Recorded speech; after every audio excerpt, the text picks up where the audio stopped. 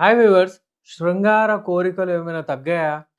చేయాలి, participate అయ్యాలి, intimate అవ్వాలి అనే ఆసక్తి ఉంటుండే. ఇప్పుడు అవ్వట్లేదా? మా ఏజ్ పెరిగే కొద్దీ మా శృంగార కోరికలు తగ్గిపోతాయా అన్నట్టు చాలామంది అడుగుతుంటారు. ఈ శృంగారం అనేది ఏముంటుందంటే, దీనికి మనము ఎక్కువగా మంచి టైం ఇవ్వాలి.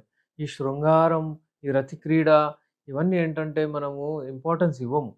ఒకప్పుడు పెళ్ళైన తర్వాత కొన్ని రోజుల వరకు డైలీ ఆమె తయారవ్వడము, మంచిగా కొత్త కొత్త బట్టలు వేసుకోవడము. ఈ డైలీ అంటే అందులో ఇంట్రెస్ట్ మీకు గూడా ఎక్కువ రావడము, మీరు గూడా దానికి టైం ఇవ్వడము ఉంటుండే. ఎలా ఎలా మీరు టైం గడిచిపోతుందో, మీరు మీ కెరియర్ దగ్గరికెళ్ళిపోతారు.